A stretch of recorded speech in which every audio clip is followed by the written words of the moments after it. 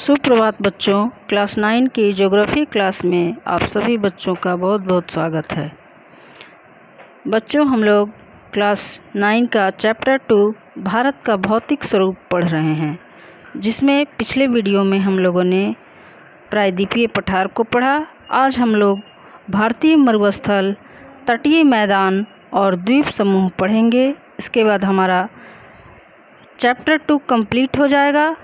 अगले वीडियो में हम लोग भारत के मानचित्र में इन सभी को देखेंगे, अध्ययन करेंगे। उसके बाद अगला प्रश्नोत्तर को हम लोग हल करेंगे। तो चलिए, सबसे पहले हम लोग पढ़ते हैं भारतीय मरुस्थल। अरावली पहाड़ी के पश्चिमी किनारे पर थार का मरुस्थल स्थित है।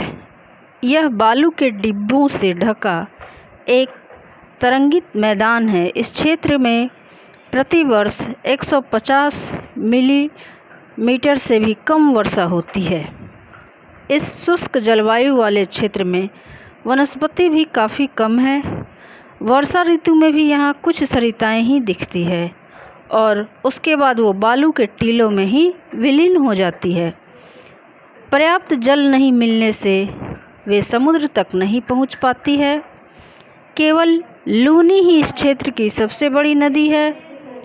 बरकान, जिसको अर्धचंद्राकार बालू का टीला कहा जाता है, उसका विस्तार काफ़ी अधिक क्षेत्र पर होता है, फैला हुआ है। यानी बालू के टीले, अर्धचंद्राकार बालू के टीले काफ़ी जगह दिखाई देते हैं। और ये टीले, लंबवत टीले, भारत पाकिस्तान की सीमा के समीप भी अधिक मात्रा में ज़्यादा से ज़्यादा देखे जाते हैं। देखिए बच्चों, भारतीय मरुस्थल, जिसको थार का मरुस्थल कहा जाता है, वो कहाँ स्थित है? तो ये मुख्य रूप से राजस्थान में स्थित है। ये कहाँ है? तो अरावली पर्वत, जो हम लोग कल भी इसके बारे में हम लोग चर्चा किए थे कि गुजरात का कुछ भाग और राजस्थान में मुख्य रूप से और दिल्ली तक आगे थोड़ा ये फैला है अरावली पर्वत पे। इसके ये पश्चिमी किनारे पे स्थित है। यहाँ वर्षा काफ़ी कम होती है।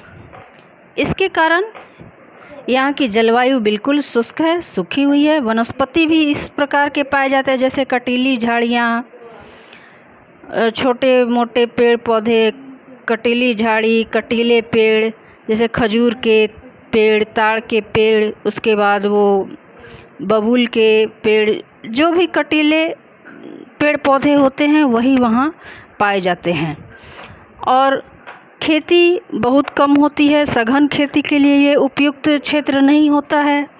यहाँ जो खेती होती है मुख्य रूप से मोटे अनाजों की खेती होती है, और ऐसी खेती होती है जो कम पानी में उपजाया जा सके।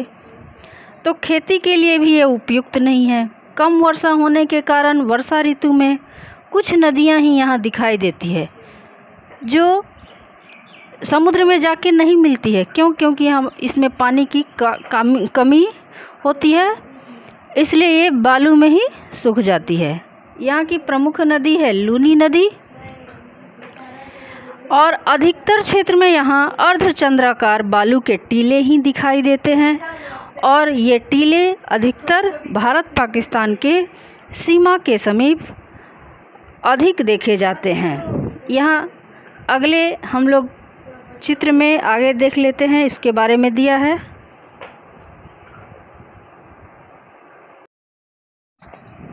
देखिए बच्चों, ये भारतीय मरुस्थल, जिसको हम लोग थार मरुस्थल के नाम से जानते हैं, उसका यहाँ चित्र दिखाया गया है।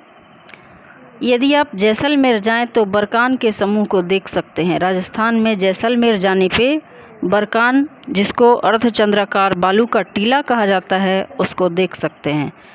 तो ये भारतीय मरुस्थल का दृश्य है, ये चित्र है, जिसमें महिलाएं दूर से पानी लेकर आती हुई दिखाई गई है। क्योंकि वहाँ घर घर में पानी पहले तो उपलब्ध नहीं होता था, लेकिन सरकार ने अभी डैम्प के द्वारा और दूसरे राज्यों से, दूसरी नदियों से पानी की सप्लाई के द्वारा वहाँ पीने का पानी करने का प्रबंध किया गया है, जिसके कारण अब सिंचाई भी हो पा रही है और खेती भी की जा रही है और पीने का पानी सरकार के द्वारा उपलब्ध कराया जा रहा है।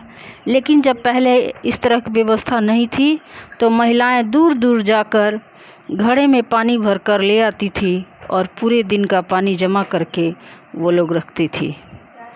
इस तरह वहाँ पे पानी की अभी भी बहुत कमी है। हमारे यहाँ जैसा पानी वहाँ उपलब्ध नहीं होता है। तटीय मैदान। प्रायद्वीपीय पठारों के किनारे संकीर्ण तटीय पट्टियों का विस्तार है। यह पश्चिम में अरब सागर से लेकर पूर्व में बंगाल की खाड़ी तक विस्तृत है।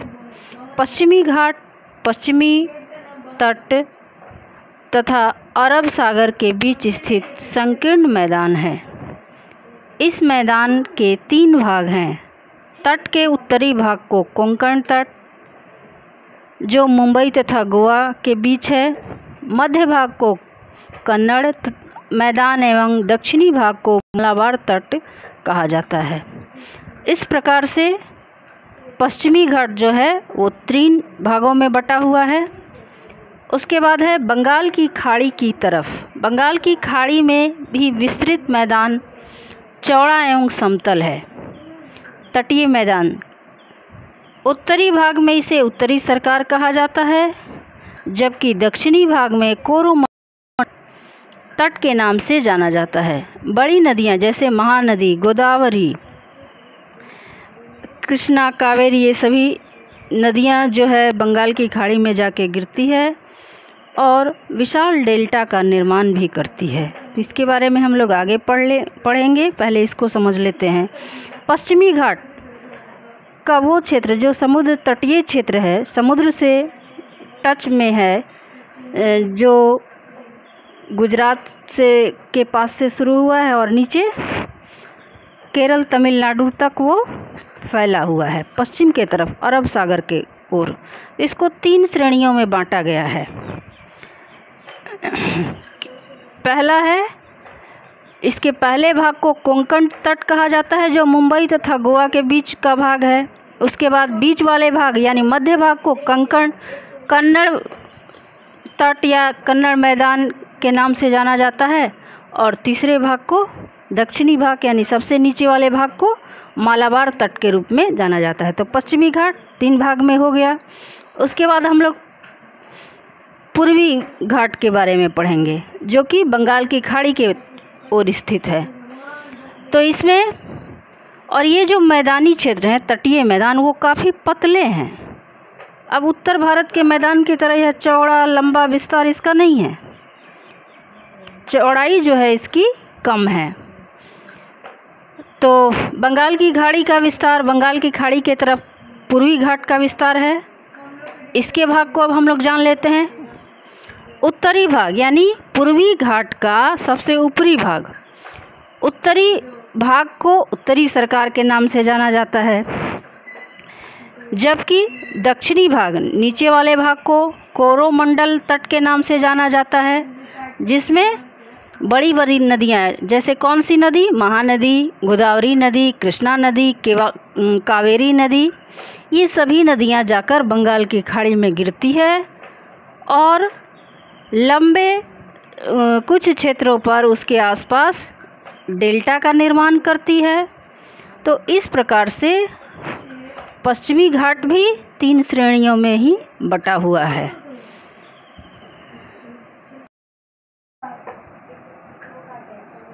देखिए बच्चों, इस चित्र में तटीय मैदान को दिखाया गया है, जिसमें धान की खेती की जा रही है, धान के पौधे लगाए जा रहे हैं, क्योंकि तटीय मैदानी क्षेत्र में धान की खेती प्रमुख रूप से की जाती है। इसके अलावे नारियल की खेती भी की जाती है। यही यहाँ के प्रमुख खेती के फसल होते हैं और मछली पालन करना यहाँ के लोगों के लिए प्रमुख व्यवसाय के रूप में भी होता है। कृष्णा तथा कावेरी नदी के इस तट पर विशाल डेल्टा का निर्माण करती है। चिल्का झील पूर्वी तट पर स्थित एक महत्वपूर्ण भूलक्षण है।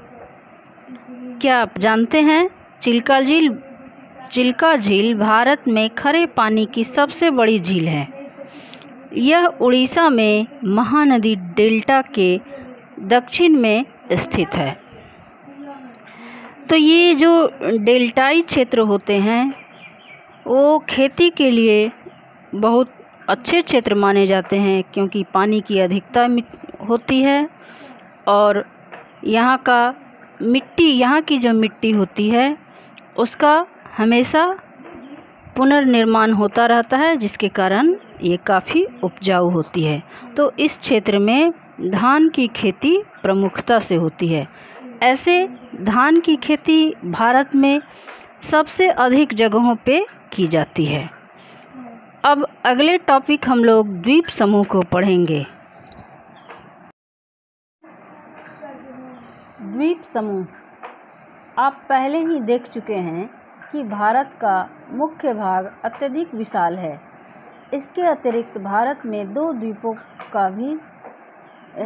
का भी समूह स्थित है। क्या आप इन द्वीप समूहों को पहचान सकते हैं? इसमें भारत में मुख्य रूप से 247 द्वीप समूह हैं, जिसमें 204 द्वीप समूह बंगाल की खाड़ी की तरफ है और 43 द्वीप समूह जो है वो अरब सागर में है। तो सबसे पहले हम लोग ये जान लेते हैं कि द्वीप क्या होते हैं। पहले भी हम लोग द्वीप के बारे में पढ़े हैं। ऐसा स्थान जो चारों ओर से पानी से घिरा हो वो द्वीप कहलाता है। तो भारत में अरब सागर के तरफ 43 द्वीप समूह हैं और बंगाल की खाड़ी की ओर 204 द्वीप समूह हैं। तो बड़ा किधर हुआ? बंगाल की खाड़ी की ओर। यहाँ देखिए एक द्वीप समूह का चित्र दिया हुआ है।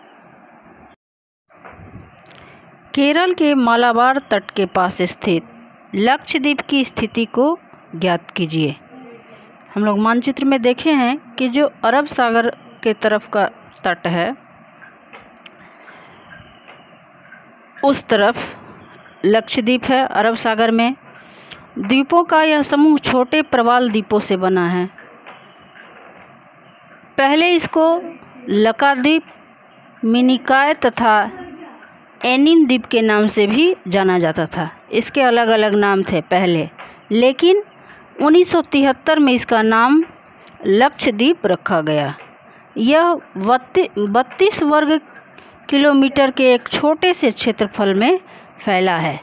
कवारत्ती लक्षद्वीप की प्रशासनिक मुख्यालय है, यानी उसकी राजधानी है। इस द्वीप समूह पर पादप तथा जंतु के बहुत से प्रकार पाए जाते हैं। बहुत सारा प्रकार, विभिन्न तरह की पादप और जंतु की प्रजातियां वहां पाई जाती है।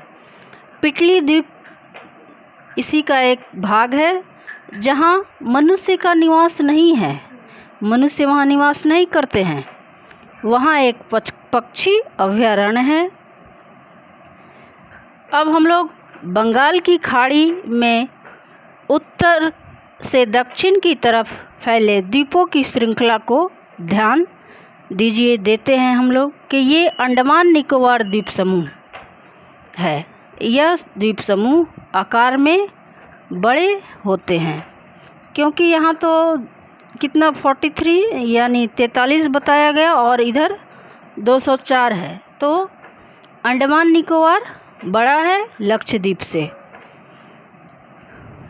अंडमान निकोबार बंगाल की खाड़ी यानी पूरब के तरफ स्थित है और लक्षद्वीप की अपेक्षा ये बड़ा है।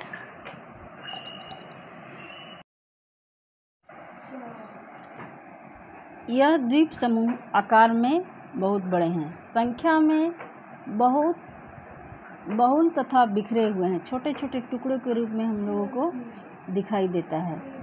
यह द्वीप समूह मुख्यतः दो भागों में बांटा गया है। किसको? तो ये अंडमान निकोबार द्वीप समूह को।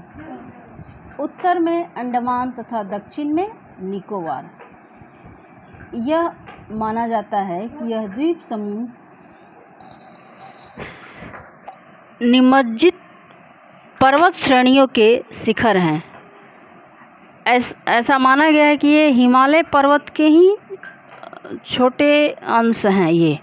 ये द्वीप समूह देश की सुरक्षा के लिए बहुत महत्वपूर्ण हैं।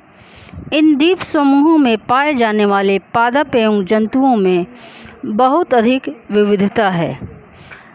ये द्वीप विषुवत वृत्त के समीप स्थित है एवं यहाँ की जलवायु विषुवतीय है तथा यह घने जंगलों से ढके हुए हैं। काफ़ी यहाँ जंगल पाए जाते हैं। तो इसी क्षेत्र में अंडमान निकोबार द्वीप समूह में ही भारत का एकमात्र सक्रिय ज्वालामुखी वाला क्षेत्र भी है, जिसको बैरन द्वीप के नाम से जाना जाता है।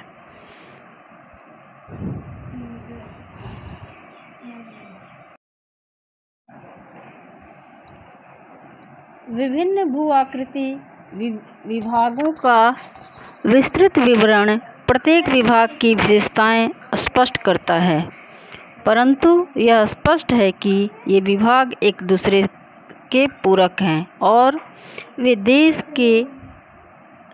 देश को प्राकृतिक संसाधनों में समृद्ध बनाते हैं। उत्तरी पर्वत जाल एवं वनों के प्रमुख स्रोत हैं। उत्तरी मैदान देश के अन्न का भंडार है।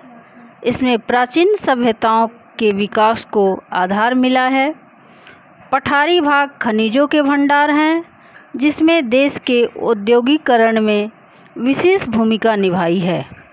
तटीय क्षेत्र मत्स्य और पोत संबंधी क्रियाकलापों के लिए उपयुक्त स्थान है। इस प्रकार देश की विविध भौतिक आकृतियाँ भविष्य में विकास की अनेक संभावनाएं प्रदान करती है। चलिए अब हम लोग इसको समझते हैं।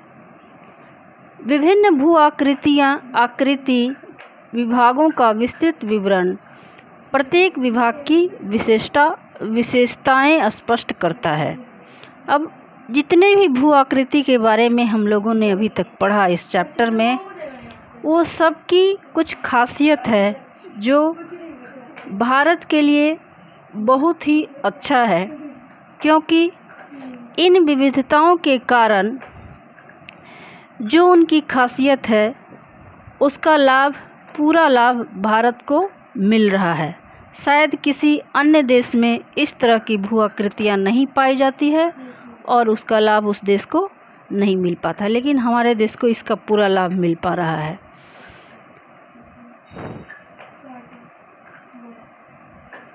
परंतु यह स्पष्ट है कि ये विभाग एक दूसरे के पूरक हैं और वे देश को प्राकृतिक संसाधनों से समृद्ध बनाते हैं। अब देखिए, कहीं भारत में समुद्र तटीय क्षेत्र है तो वहाँ समुद्री व्यापार के लिए, समुद्री मार्ग के लिए, उसके बाद बिजली उत्पन्न करने के लिए समुद्र तटीय क्षेत्र का इस्तेमाल हम लोग मत्स्य पालन के रूप में, तो इसका भी हम लोग भरपूर लाभ लेते हैं। ये भी बहुत अच्छी बात है। उसके बाद आपका मरुस्थलीय क्षेत्र है, उससे भी हम लोगों को हर तरह से हम लोग जितनी भू आकृतियाँ हैं उसकी खासियत का लाभ भारत को मिल रहा है और हम लोग लेते हैं। जैसे उत्तरी पर्वत जल एवं वनों के प्रमुख स्रोत हैं। पर्वत श्रृंखलाएं जो उत्तर भारत का मैदान या उत्तर का पर्वत श्रेणी जंगल से भरा पूरा है। अनेक तरह की औषधीय जड़ी बूटियाँ पाई जाती है, कीमती लकड़ी पाए जाते हैं। उसके बाद जल का स्रोत है, बहुत से हिमानियाँ हैं जहाँ से नदियाँ निकलती है और हम लोग उससे जल प्राप्त कर पाते हैं। तो ये इसकी खासियत भी हमारे लिए बहुत अच्छी है, महत्वपूर्ण है। उत्तरी मैदान देश के लिए अन्न का भंडार, सबसे अधिक सघन खेती के लिए उपयुक्त माना जाता है और प्राचीन सभ्यताओं का विकास भी इसी क्षेत्र में मिला है, पाया गया है। पठारी क्षेत्र जो है हमारे देश के खनिज के भंडार हैं, जिससे हमारे देश का उद्योग बढ़ रहा है। उसके बाद इस प्रकार जिसने देश के औद्योगिकरण में बहुत भूमिका निभाया है। कौन? तो पठारी क्षेत्र, तटीय क्षेत्र। अभी हम लोग पढ़े ही कि मत्स्य पालन पोत संबंधी क्रियाकलापों के लिए वो उपयुक्त है। तो इस प्रकार अगर हम लोग देखते हैं कि विविध भौतिक आकृतियाँ भविष्य में विकास की अनेक संभावनाएं हमारे देश को दे रही है, जिसका भरपूर लाभ हम लोग ले रहे हैं। इस प्रकार बच्चों, भारत का भौतिक स्वरूप जो चैप्टर 2 था वो समाप्त हो गया। अगर आप सभी को किसी भी टॉपिक पर किसी प्रकार का अगर कोई दिक्कत हो तो आप लोग ज़रूर मैसेज कीजिएगा। अगले वीडियो में हम लोग भारत के मानचित्र में इन सब को देखेंगे और समझेंगे। इसके बाद ये चैप्टर समाप्त हो जाएगा। धन्यवाद।